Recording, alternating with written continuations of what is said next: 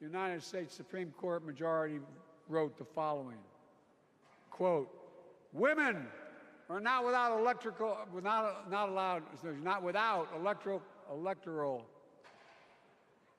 or political power." No kidding. MAGA Republicans found out the power of women in 2022. And Donald Trump is going to find out the power of women in 2024. Watch.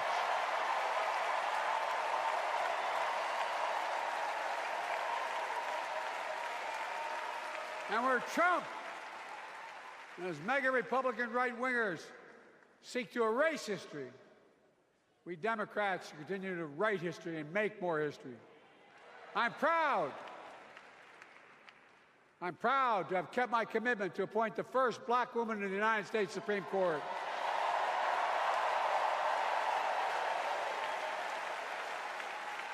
Ketanji Brown Jackson, a symbol for every young woman in America that you can do anything.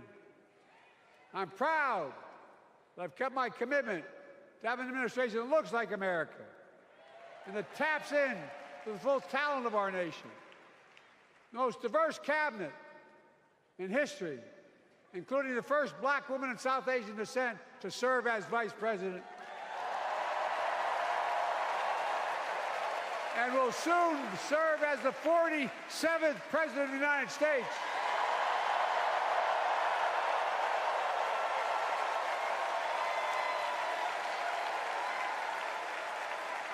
She is good. Look. Thank you, Kamala.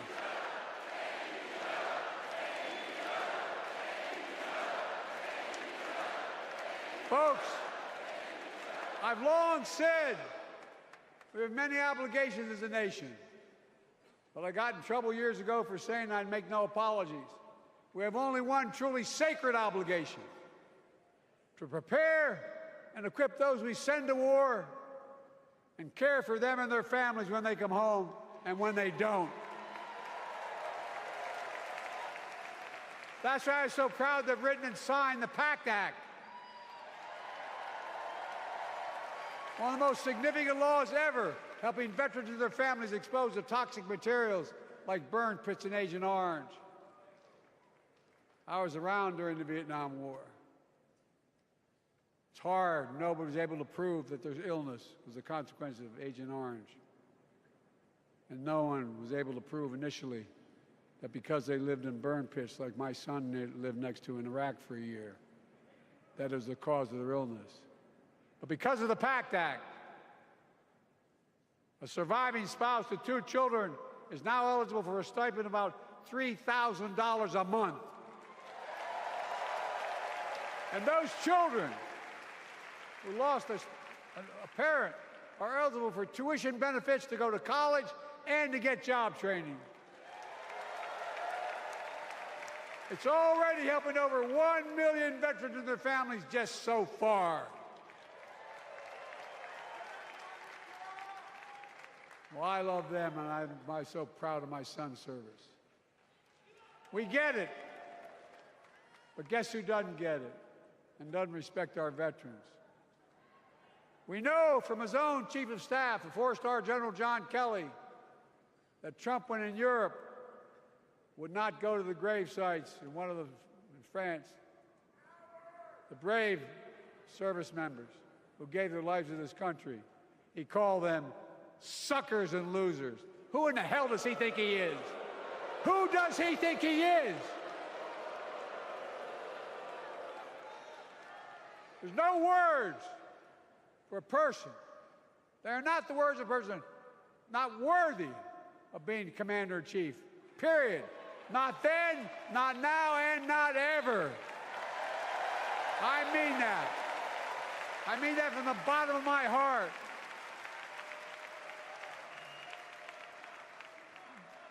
Just as no commander-in-chief should ever bow down to a dictator, the way Trump bows down to Putin. I never have, and I promise you, Kamala Harris will never do it. We'll never bow down. When Trump left office, Europe and NATO was in tatters. Not a joke. America First doctrine changed our whole image in the world. Well, they gave the hours, about 190 hours sum total, leaving my counterparts or heads of state in Europe to strengthen NATO. We did. We united Europe like it hadn't been united for years, adding Finland and Sweden to NATO. 10 days before he died, Henry Kissinger called and said, not since Napoleon has Europe not looked over their shoulder at Russia with dread until now. Until now. Well, guess what? Putin thought he'd take Kyiv in 3 days. 3 years later, Ukraine is still free.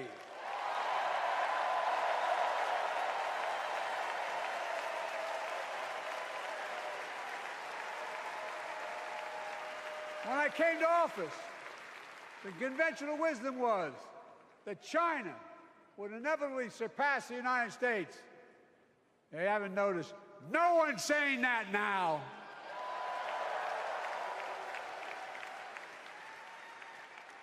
And we'll keep working to bring hostages home and end the war in Gaza and bring peace and security to the Middle East.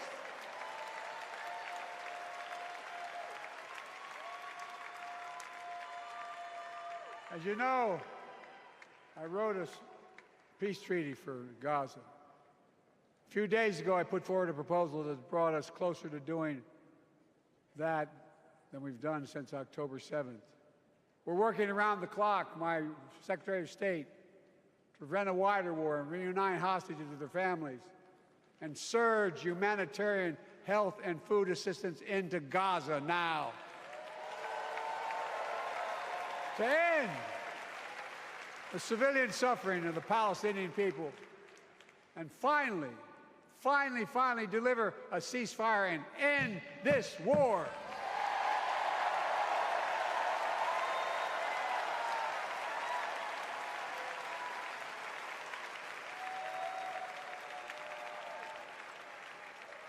Those protesters out in the street, they have a point. A lot of innocent people are being killed on both sides.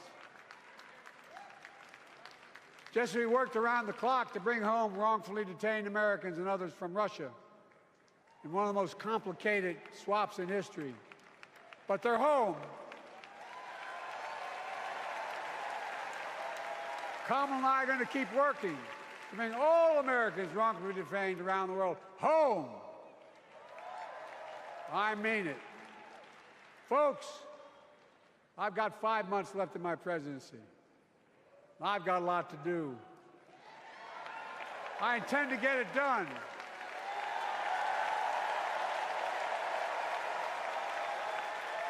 It's been the honor of my lifetime to serve as your president. I love the job, but I love my country more. I love my country more. And all this talk about how I'm angry at all those people who said I should step down, that's not true.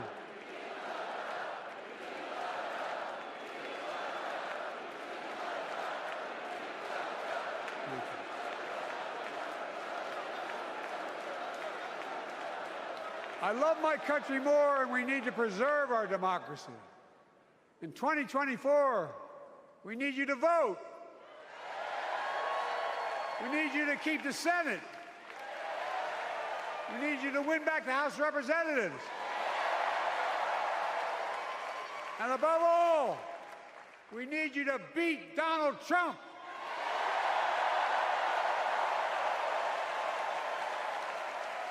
And elect Kamala and Tim President and Vice President of the United States of America. Look, They'll continue to lead America forward, creating more jobs, standing up for workers, growing the economy, lower the cost to American families so they just have a little more breathing room. We've made incredible progress, but we have more work to do. And Kamala and Tim will continue to take on corporate greed and bring down cost of food. They'll keep taking on Big Pharma, making insulin $35 a month, not just for seniors, but for everyone in America. And capping prescription drug costs at a total of $2,000, not just for seniors, but for everyone. And folks, that's going to save America again tens of billions of dollars. Folks, they'll make housing more affordable, building 3 million new homes, providing $25,000 down payment assistance for the first-time home buyer, more than the 10 we approved. Donald Trump wants a new tax on imported goods, food, gas, clothing, and more. You know what that will cost the average family, according to the experts? $3,900 a year in a tax. No, that's a fact. Kamala and Tim will make the child care tax credit permanent.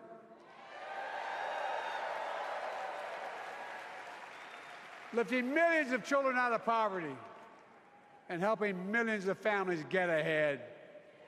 But you know what Trump has? He created the largest debt any president had in 4 years with his $2 trillion tax cut for the wealthy. Well, Trump has a new plan. He wants to provide a $5 billion tax cut for corporations and the very wealthy. Read it. Put us further in debt. And folks, you know we have 1,000 billionaires in America. You know what their average tax rate they pay? 8.2%. If we just increased our taxes we proposed to 25%, which isn't the highest tax rate even, it would raise $500 billion new dollars over 10 years. They'd still be very wealthy. Look, Kamala and Tim are going to make them pay their fair share. They'll protect Social Security and Medicare. Trump wants to cut Social Security and Medicare. Kamala and Tim will protect your freedom. They'll protect your your right to vote. They'll protect your civil rights. And you know Trump will do everything to ban abortion nationwide. Oh, he will. You know, Kamala and Tim will do everything they possibly can. That's why you have to elect a Senate and a House to restore Roe v. Wade.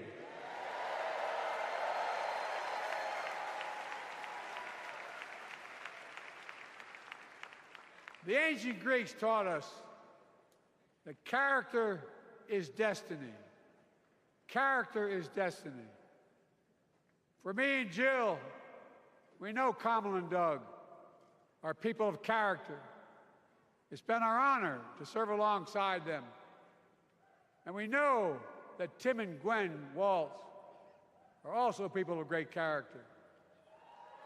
Selecting Kamala was the very first decision I made when I became our nominee. And it was the best decision I made my whole career.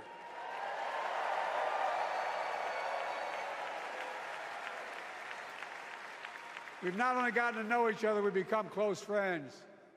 She's tough, she's experienced, and she has enormous integrity, enormous integrity. Her story represents the best American story. And like many of our best presidents, she was also vice president. That's a joke.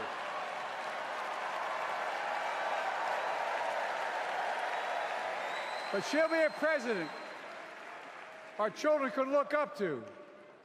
She'll be a president respected by world leaders because she already is. She'll be a president we can all be proud of. And she will be an historic president who puts her stamp on America's future.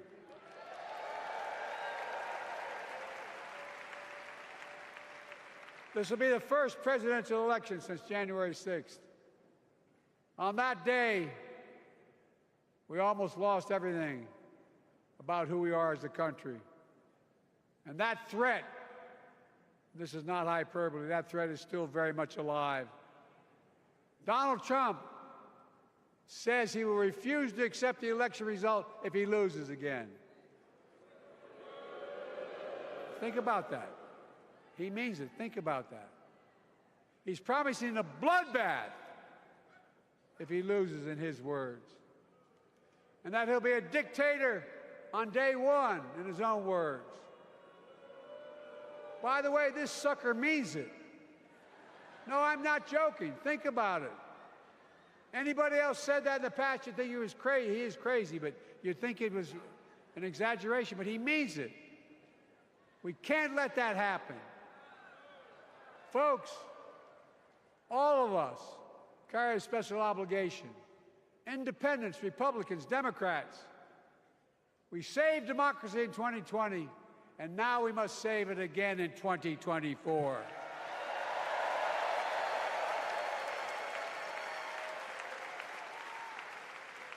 The vote of each of us cast this year will determine whether democracy and freedom will prevail.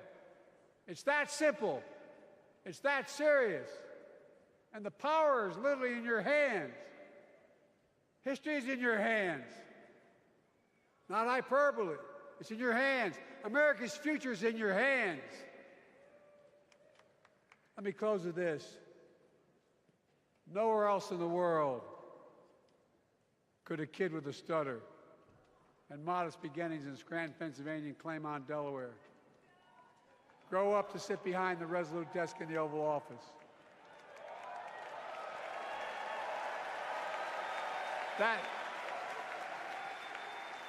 That's because America is, and always has been, a nation of possibilities.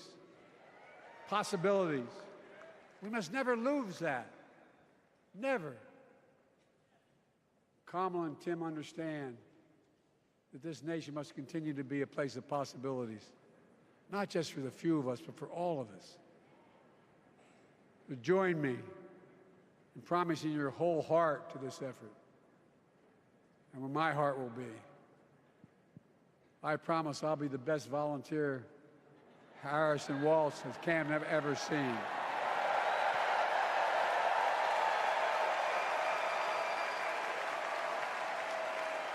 Each of us has a part in the American story. For me and my family, there's a song that means a lot to us, that captures the best of who we are as a nation. The song is called American Anthem. There's one verse that stands out, and I can't sing worth a damn, so I'm not going to try. I'll just quote it. The work and prayers of centuries have brought us to this day. What shall our legacy be? What will our children say? Let me know in my heart, when my days are through, America, America, I gave my best to you.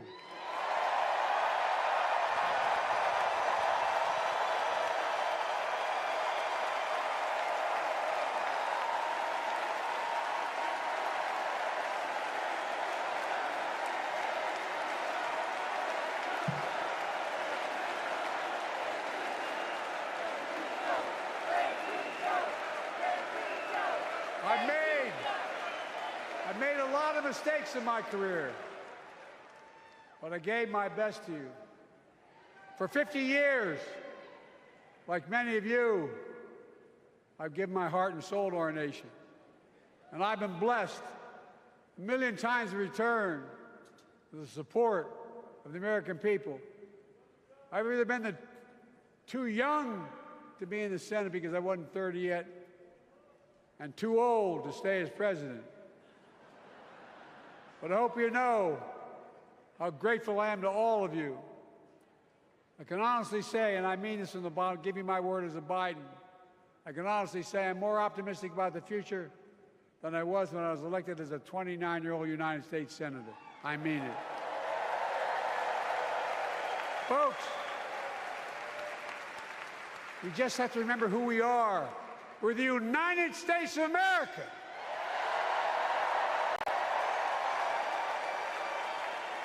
And there's nothing we cannot do when we do it together. God bless you all, and may God protect our troops.